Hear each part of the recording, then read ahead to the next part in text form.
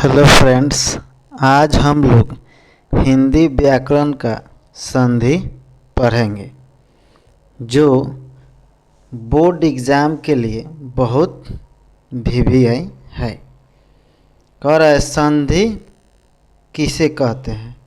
संधि का परिभाषा दो वर्णों या ध्वनियों के मेल या जोड़ को हम संधि कहते हैं। फिर से समझिए, दो वर्णों या ध्वनियों के मेल या जोड़ को संधि कहते हैं। संधि के प्रकार। संधि के मुख्यतः तीन प्रकार होते हैं। पहला है स्वर संधि, दूसरा व्यंजन संधि, तीसरा विसर्ग संधि। संधि का कुछ उदाहरण यहाँ पर दिया हुआ है। कह रहा है देव धन आलय बराबर देवालय होगा, जगत धन नाथ जगन्नाथ होगा, मनः धन योग मनयोग होगा। आगे देखिए फ्रेंड्स, अब कह रहा है संधि विच्छेद। संधि विच्छेद किसे कहते हैं। संधि में मूल पदों को पृथक कर देना संधि विच्छेद कहलाता है। फिर से समझिए, संधि में मूल पदों को पृथक कर देना ही संधि विच्छेद कहलाता है। जैसे में गिरि धन ईश बराबर ग्रीस, धर्म धन अर्थ धर्मार्थ, नदी धन ईश नदीश, नारी धन इंदु नरिंदु, भानुधन उदय भानुदय, भूधन ऊर्ध्व भूधर, माहीधन इंद्र महेंद्र, माहीधन ईश महेश। आगे देखिए फ्रेंड्स, मुनिधन इंद्र मुनीन्द्र, मुनिधन ईश मुनीश, रविधन इंद्र रविंद्र। वीडियो को लाइक एवं सब्सक्राइब जरूर करें। चैनल का नाम है पंकज सर ग्रेट। देखिए यहाँ पर यह आपका चैनल का नाम हो गया। वीडियो को लाइक सब्सक्राइब एवं शेयर जरूर करें फ्रेंड्स। व्हाट्सएप पर, फेसबुक पर, इंस्टाग्राम पर शेयर जरूर करें फ्रेंड्स। आगे देखिए, स्वर संधि किसे कहते हैं। स्वर के बाद स्वर अर्थात दो स्वरों के मेल से जो विकार उत्पन्न होता है तो हम उसे स्वर संधि कहते हैं। फिर से समझिए, स्वर के बाद स्वर अर्थात दो स्वरों के मेल से जो विकार उत्पन्न होता है हम उसे स्वर संधि कहते हैं। स्वर संधि के कुछ उदाहरण हैं। पर धन उपकार परोपकार, पुस्तक धन आलय पुस्तकालय, सूर्य धन अस्त सूर्यास्त, महाधन आत्म महात्मा। संधि के कुछ प्रकार हैं।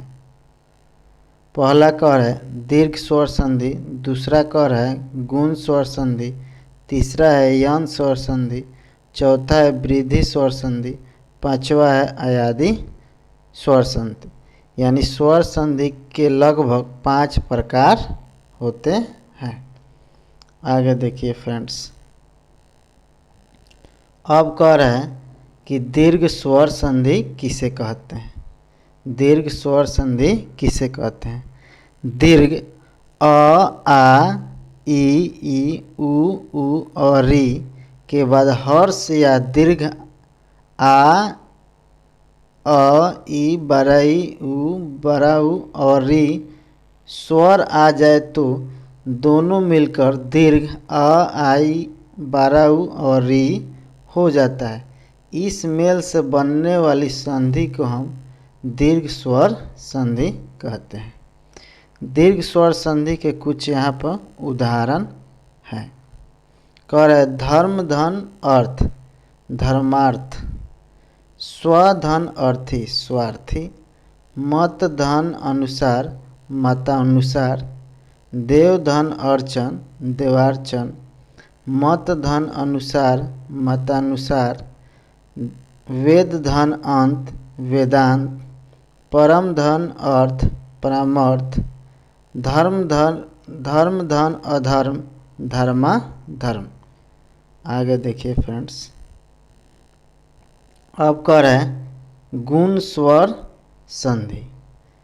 जब संधि करते समय अ या आ के बाद ई या 12 ई आए तो दोनों मिलकर ए हो जाता है। अ या आ के बाद उ या 12 उ आए तो दोनों मिलकर ओ हो जाता है। और अ या आ के बाद री आए तो और हो जाता है। इस प्रकार बनने वाले शब्दों को गुण स्वर संधि कहते हैं। गुण स्वर संधि का कुछ उदाहरण है जो इस प्रकार है। जल धन ऊर्जा जलोर्जा, उच्च धन उधर ऊँचोधरो, नव धन ऊढ़ नवोढ़ा, जल धन उष्मा जलोष्मा। आगे देखिए फ्रेंड्स, समुद्र धन उर्मी समुद्रमी, जल धन उर्मी जलोर्मी। अब कर है यन स्वर संधि। यन स्वर संधि किसे कहते हैं? जब ई बड़ा ई उ बड़ा उ री के आगे कोई भिन्न स्वर आता है तो क्रमशः य व र ल में परिवर्तन हो जाता है। तो इस परिवर्तन को हम यन संधि कहते हैं। यन संधि का कुछ उदाहरण है। उ धन ए बराबर व, ई धन आ बराबर या, ई धन अ बराबर य, उ धन ई बराबर वी, ई धन आ बराबर या। आगे देखिए फ्रेंड्स, उ धन ई बराबर ई धन आ बराबर या, ई धन ए बराबर ए, ई धन आ बराबर या। अब कह रहा है वृद्धि स्वर संधि। वृद्धि स्वर संधि किसे कहते हैं? जब संधि करते समय अ आ के साथ ए ऐ हो तो ऐ बनता है, और जब अ आ के साथ ओ औ हो तो औ बनता है, तो हम उसे वृद्धि स्वर संधि कहते हैं। अ या आ के मेल ए ऐसे होने पर यह रूप में परिवर्तन हो जाता है, तथा अ या आ का मेल ओ या औ से होने पर अ हो जाता है, तो हम उसे वृद्धि स्वर संधि कहते हैं। इसके कुछ उदाहरण हैं। अ धन ए बराबर ऐ, आ धन ए बराबर ऐ, अ धन ओ बराबर औ, आ धन अ बराबर औ। अब कह रहा है अयादि स्वर संधि। अयादि स्वर संधि किसे कहते हैं? जब ए ऐ ओ औ के बाद कोई भिन्न स्वर आए, ए का ऐ का आए, ओ का औ और औ का आव हो जाता है, तो इस प्रकार बनने वाले शब्दों को अयादि स्वर संधि कहते हैं। जब संधि करते समय ए ऐ ओ औ के साथ कोई अन्य स्वर हो तो ए का ऐ, ए का आए, ओ का औ का औ बन जाता है। इसी को हम अयादि संधि कहते हैं। अयादि संधि का कुछ उदाहरण है, जैसे ए धन अ बराबर ऐ धन अ बराबर आए, ओ धन अ बराबर औ धन अ बराबर आव, औ धन ई बराबर आव होगा। आगे देखिए फ्रेंड्स, अब कह रहे हैं व्यंजन संधि किसे कहते हैं? व्यंजन संधि का परिभाषा। जब किसी व्यंजन का मेल किसी स्वर या व्यंजन से होता है तो उस व्यंजन में आने वाले परिवर्तन को व्यंजन संधि कहते हैं। फिर से समझिए, जब किसी व्यंजन का मेल किसी स्वर या व्यंजन से होता हो तो उस व्यंजन में आने वाले परिवर्तन को व्यंजन संधि कहते हैं। व्यंजन संधि के कुछ उदाहरण हैं।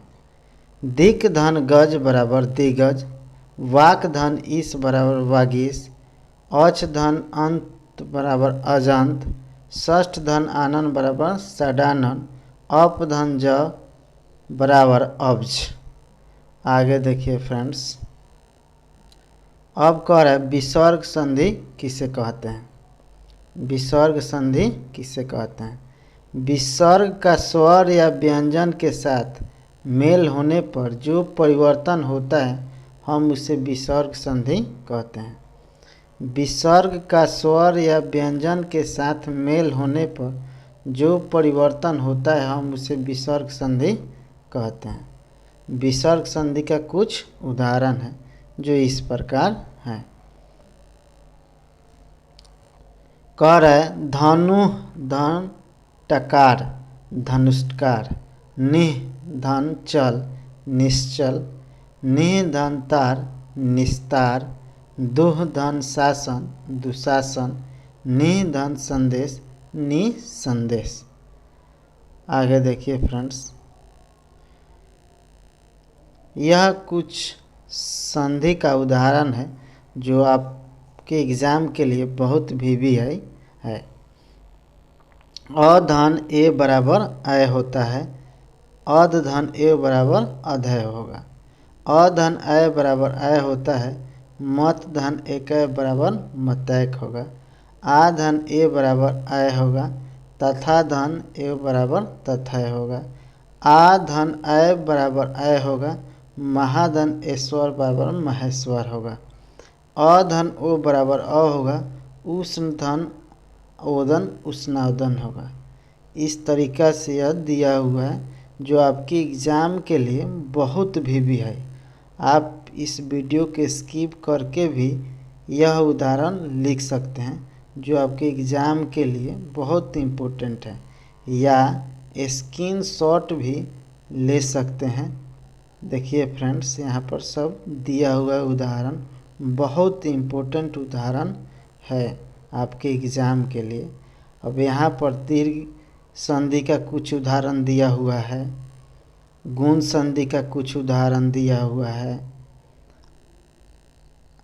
वृद्धि संधि का कुछ उदाहरण है, यन संधि का कुछ उदाहरण है। इस तरीक़ा से अब उदाहरण दिया है जो आपके एग्ज़ाम में लिए 100% मैच करेगा। इस वीडियो को आप लाइक एवं सब्सक्राइब शेयर ज़रूर करें फ्रेंड्स। धन्यवाद फ्रेंड्स।